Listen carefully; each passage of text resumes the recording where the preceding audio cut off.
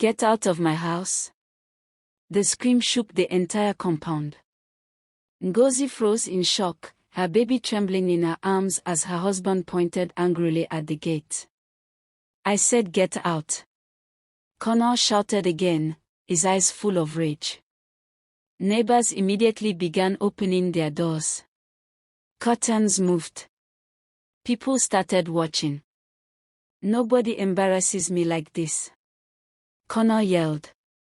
Not after everything I've done for you. Ngozi's lips trembled badly. What are you talking about? She cried.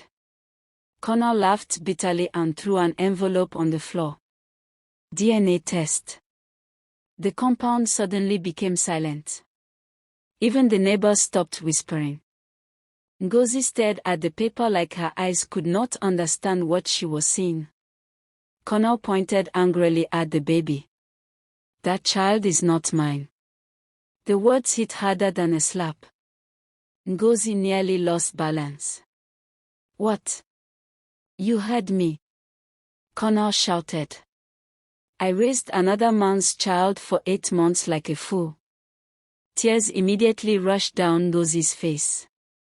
No, that's impossible. But Connor was already too angry to listen. You think I'm stupid, he barked. Everybody warned me about you. Ngozi held the baby tighter, shaking badly. The baby suddenly started crying loudly from the tension. And somehow, that made everything worse. Stop pretending. Connor shouted. Take that child and leave my house. At that exact moment. What is going on here?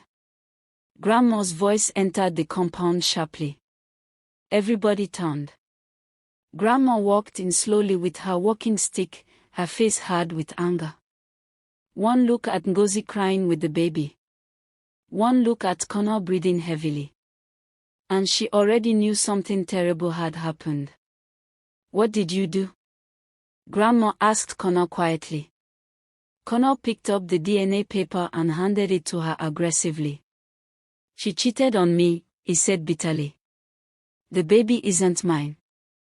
The neighbors gasped loudly. Grandma adjusted her glasses slowly and read the paper carefully. Then she looked at Ngozi. If you're enjoying the story, please take a moment to like and follow this page for more.